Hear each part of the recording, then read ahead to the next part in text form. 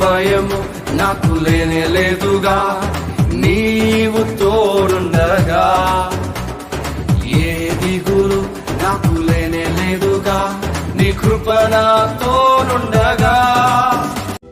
ఘోర పాపి అయిన రాహాబున్ నీవు ప్రేమించినావుగా, వేశ్యగా జీవించినను వారసత్వమునిచ్చినావుగా.